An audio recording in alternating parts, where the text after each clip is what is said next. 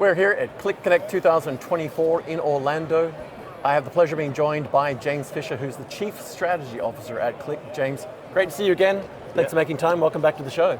Yeah, look, it's great to be back here, and it's great to be with you in person again, once again. Isn't that amazing? Someone else was saying that to me yesterday. It's nice to actually be back in 3D rather than sort of the flat screens on Zoom interviews and whatever. It must feel quite surreal actually being back in person after the last couple of years. Yeah, I think we said this last year, the first time we've seen each other for a while. It's just so great to be back with all of our customers, all of our partners in the room, enjoying the conversations. Yeah. The presentations and everything are great, of course. But it's that dialogue, that one-to-one conversation that is really where the magic happens. Yeah, it's almost funny to say it here where AI is one of the biggest topics of all, but that human connection element, you just can't remove that, and why I love the fact you've made it Qlik Connect, because that's exactly what you do. Last year was an amazing event at Las Vegas. This year we're here in Orlando. The shape and feel and sense of the expo floor, the keynotes, really nice and cozy and comfortable and intimate. What have you sort of felt on the floor when you're walking around to people? I imagine you've been getting some great feedback, but is there anything that sort of really jumped out at you with regard to how this year is shaping up event-wise? Yeah, so look, obviously we're really excited to have so many people at the event. AI is the obvious topic. We had to mention it sooner or later. It's the elephant in the room. And of course it's driving a lot of conversations. But what's really exciting is that there's true interest in the topic of AI, but also what you need to do to get your data foundation right. How you can leverage good old analytics and business intelligence to solve real world business problems. And that discussion, that debate that is happening all around us is really vibrant. Folks are really engaged, and folks are really focused on I think one key thing, which is getting real value from the data they've got, whether that's with AI or whether that's with good old-fashioned reporting. That's the dialogue, and that's the important conversation we need to be having. Your role, as far as I can see externally, and correct me if I'm wrong, has continued to evolve necessarily over the last 12 to 18 months. And you've had some big acquisitions, you've had some smaller acquisitions. The market's changed, the world's changed. You've got geopolitical challenges, you've got economic challenges impacting the entire world, not just your organization, but your ecosystem of partners, integrators, and of course customers. What are some of the big highlights you had to deal with as far as your role in the strategy space, both within Qlik and I guess advising some of your peers across your ecosystem? Yeah, well, as you know, I sort of transitioned from being Qlik's Chief Product Officer last year into the strategy role. And that's given me an opportunity to kind of think a bit broader than just our product and our technology, and think a bit more about Qlik's place in the world. What is it that fundamentally we're trying to do to help our customers, wherever they are, get value from their data, to solve real world problems for them, obviously to be part of that important sustainability, environmental movement that we have to do to drive value and solve some of the world's biggest challenges. So there's a lot going on in the world. We've spent a lot of time defining our place in it, understanding how we need to innovate, what we need to deliver to our customers, again, not just from a technology perspective, but also from a services perspective, how we have to engage our customers in order to give them everything they need to get value. And I think what we're seeing at Qlik Connect this week is all of that coming together, whether that's organic product development, some of the M&A work that we've done, new delivery and services offerings, and new partner relationships and expanded partner relationships. That's all come together here. Talking to people on the floor just in the last 24 or so hours, what has struck me with regard to your role, and at the risk of sounding sycophantic, I imagine you've driven a lot of this thinking from a strategic point of view, from the way that customers are seeing how Qlik can support them, and the way that the ecosystem of integrators and partners can support those customers in turn, but then all the way to the other end of the spectrum, the likes of Qlik AI with your not-for-profit side of the business, where again you're providing strategic thinking powered by what Qlik bring to the table on everything from potentially saving reefs and oceans to human beings. That's an extremely broad remit. How do you juggle that sort of commercial element of working with the front end of the business, but also those other side elements where you have the opportunity to which I think must be exciting from what I can see to provide that strategic thinking into some of those that are not purely commercial endeavors. Yeah, look, the clearly is a broad spectrum there, right? In terms of how you engage at one end of it and how you engage on the other. But I truly believe that there is a deep intrinsic link between the two. Fundamentally, the sustainability reporting, environmental, social reporting, diversity, equity, inclusion reporting is fundamentally important to us as a business. It's fundamentally important to all of our customers as well. We're part of their supply chains. So everything we do around carbon footprint impacts our customers. So these aren't two separate things. We're not just doing it for the sake of a PR or marketing message.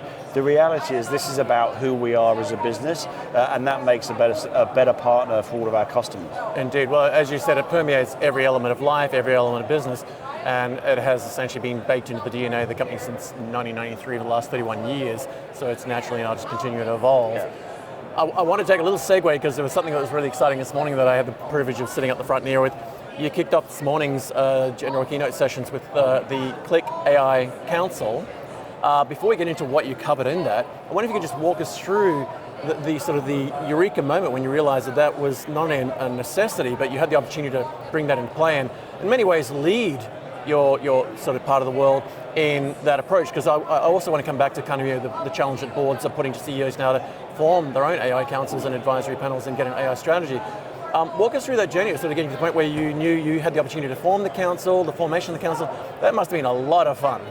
Yeah, look, we've had a great time pulling it all together. And some amazing characters. Yeah, some incredible talent, real diverse thinking, experts in their field, and I said it this morning, we are so privileged and so lucky to be able to count on the support and advice of such an incredibly talented group of experts. Look, it goes back to me to one of the fundamental pillars of how Qlik has always worked. We've always made sure we're investing ahead of the curve, we're investing where we think our customers' problems are going to be. We did that from our very first outing, then into the movement around big data, then into the cloud, and now with AI. Over 80% of our product innovations are always driven by customer and partner feedback. We were very, very lucky a couple of years ago to be able to put together a new Qlik Executive Advisory Board that comprises about 20 of our largest, most strategic customers, CIOs, CDOs within those organizations that don't help us with the feature function stuff, but help us really understand the business issues their organizations are facing, allows us to have a forum to debate the technology, to think about new directions. We've talked about things like data gravity, democratization of data products, and of course the evolving world of AI and Gen AI. And you coined many of those phrases, by the way. If we go back long enough. I want to credit you with that. We have, The interesting thing, I think, for me is that was a real learning. That was the eureka moment. And I think Chris Powell, our CMO, and I and Chris's team felt that we had a unique opportunity to really position Qlik as a leader, and a recognition that we can't do that alone, and a recognition that anyone says they're a leader in AI and is only talking about technology, I'd question that. I think that's what we're trying to avoid with the AI Council. No, and I think between your business side of the council you formed and the artificial intelligence side of another council you formed, they get you into places in people's mindsets, into their operational thinking, into their strategic thinking, that just gives you a broader net to cast on ideas and issues. It was interesting hearing Mike yesterday talk about the fact that Qlik as an organization with your AI Council now is advising governments, and correct me if I'm wrong, but I believe he said something to the effect of all the way up into the White House. Absolutely. That in itself is quite a mind-bending concept, that you've got your team and your executives and Mike Capone sitting at a table leading essentially one of the biggest countries in the world. How does one take that in their stride? Well, look, Qlik has always been scrappy. We've always punched above our weight. We don't have the resources of the giant hyperscalers that are out there. So no, look, I think we've earned our place in the debate. Indeed. Not because of good PR or good marketing, but because I think there really is truly a deep recognition now that AI initiatives cannot move forward successfully, cannot move forward to value without a good data foundation. You know, I was talking to someone not so long ago who said that an LLM is not a good enterprise data strategy. That doesn't define an enterprise data strategy. Any more than a photocopier. Right, exactly. But good enterprise class data and an LLM, that could be a foundation for a good AI strategy. And I think Qlik's earned its right as the leading provider of independent data and analytics, working across any cloud platform and in future across any of our customers' AI environments. That gives us that seat at the table. Yeah, and a couple of conversations I've had off the record with folk in your team this week, without quoting names, have led all the way back to that core element that I know Mike keeps pushing forward, which is have a good, clean data strategy, have a good, clean data foundation. It's all driven by data. You know, we talk about a whole bunch of people, including this morning, one of your AI council talked about data being the new oil and so forth, which gets abused. But as you said, there's no point having an LLM without data, and not only that, but quality data. You know where that data came from, the lineage, the ownership, the access, the permission, security. I know with your data cloud announcement yesterday, for example, I was really excited to see that when you looked at the entire roadmap, there's a great big puzzle piece in the middle that said security, and all the elements that came into that. And again, I guess from a strategic point of view, that puts you well and truly ahead of the game in that you can not only do everything that Qlik has done for decades now, but also apply that to AI all the way to, from the front to the back, is where did the data come from, what treatments it had, who's had access to it, even down to the live demo yesterday, for example. I'm keen to get your thoughts on that. You did a live demo, you didn't, but your team did a live demo on public Wi-Fi at a conference center, and it all worked. But there was an element where there was a checkbox, effectively, a filter for PII.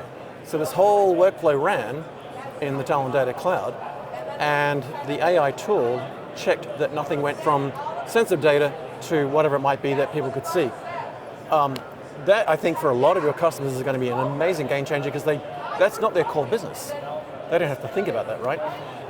One of the things you mentioned at your AI Council discussion this morning that I'd like to just quickly touch on, you talked about leading this space and leaning into it, and a great one-liner, but I wonder if you can just expand on that sort of concept of a lot of the organizations saying that AI is happening to them in the same way that cloud did and big data did, and they were in catch-up mode. When you talk about leaning into it and leading that for a lot of the people here, I wonder if you just expand on that and kind of your thoughts around how that might function. Yeah, well, I love Nina's quote. The idea that you can be good at AI or you can be bad at business. And that kind of encapsulates, I think, that needs to be a T-shirt with merch. It probably will be next year, right? I think for me, the notion that we have to think about the evolution of AI. We have to think about the evolution of all technologies, right? And I use the example of the cloud. I've looked back over many conversations with customers at these events over the years, and there's been a kind of slow and steady shift. I wouldn't call it a dramatic seismic, tipping of the needle, but there's been a slow and steady shift in terms of the propensity to want to work in the cloud, right? And I think Brendan talked about it yesterday. Yes. Now's the time to move to cloud. Right at the very start of that journey, there was a lot of skepticism.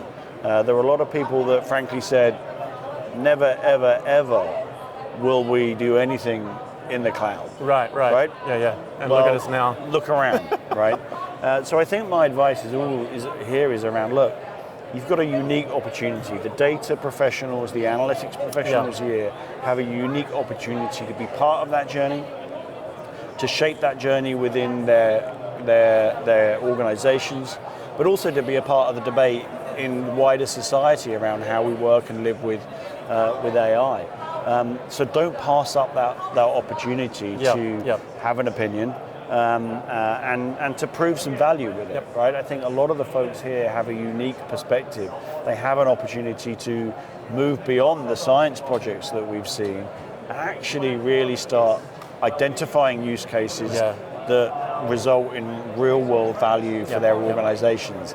And that's going to make them the rock stars of the future. Absolutely, and correct me if I'm wrong, I think it was Nina Schick who said that up till recently, a lot of your ecosystem and customers have effectively been guardians of data now.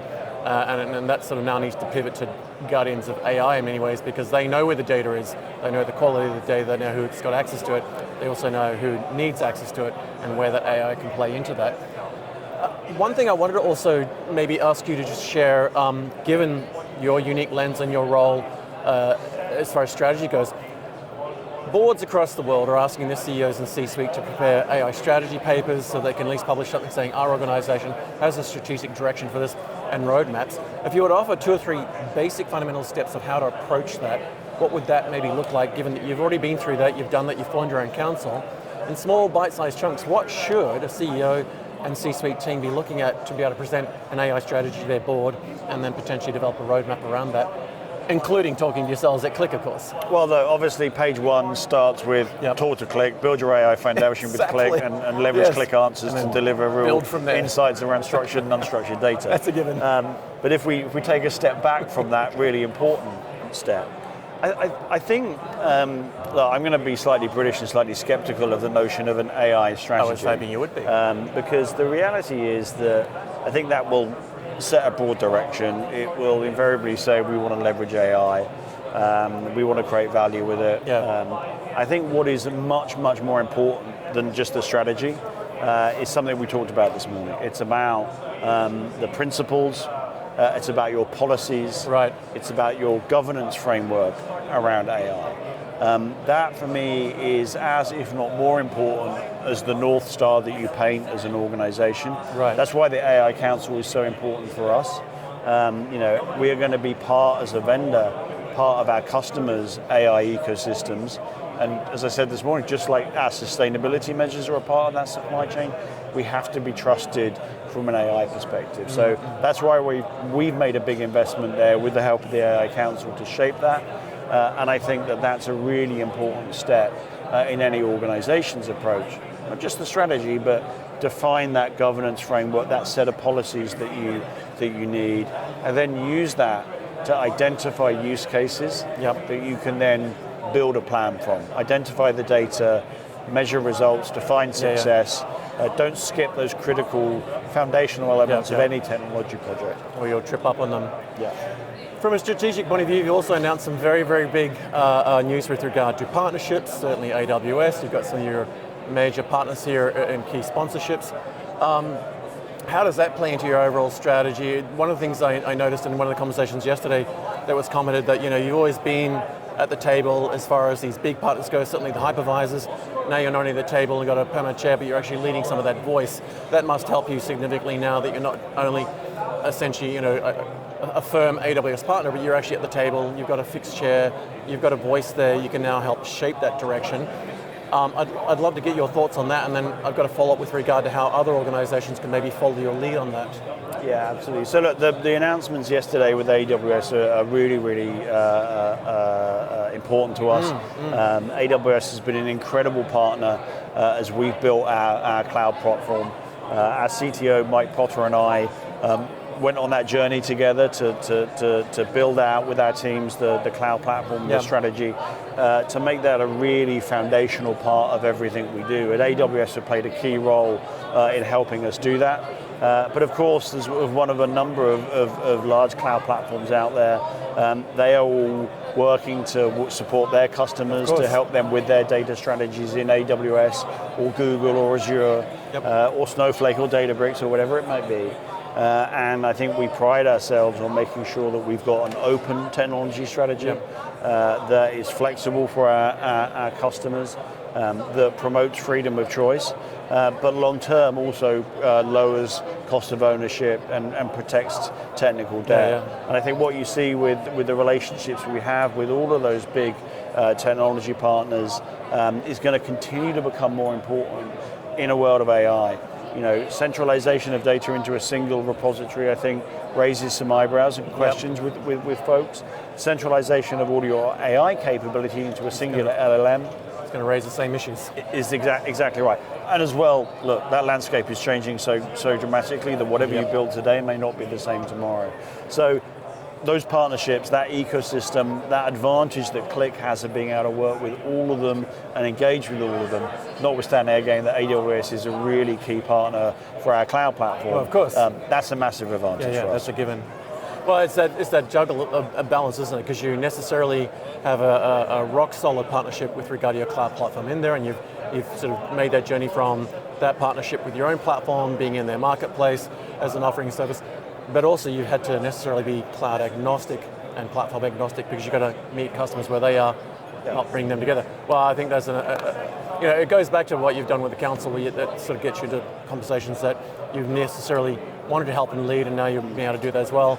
And I think customers that you've already worked with closely now in the data space are going to have exactly the same pain points as you just said with AI. It's going to happen to them more rapidly than they know what to do with. It isn't necessarily the core business. They're working with you for the data element. It makes sense they come to you for their AI piece. I think you're well positioned now, particularly in your role, to help them with the strategy and approach on that. I wonder if you could just wrap us up with your thoughts with regard to, and you did talk about this, but I won't steal your lines from you this morning, with regard to the approach to this. So some people want to rush at it and get some immediate quick wins. Other people are playing the steady Eddie thing, which you've alluded to a couple of times already just now. What's your general sort of thoughts on how people should approach this overall challenge of not just artificial intelligence, you've been leveraging machine learning for decades, but particularly the generative element, which I think is probably the unknown, where we've gone from talking to Siri on our devices or Google's app, a smart agent, through to now we're having plain English conversations. And one of your demos yesterday was having a plain English sentence conversation with a data platform that then produced SQL, which you could query if you wanted to and go through and edit, and then the underlying code all the way to the data set. I'd love to get you just to wrap us up with your thoughts on the best approach you think companies should be taking at a broad level.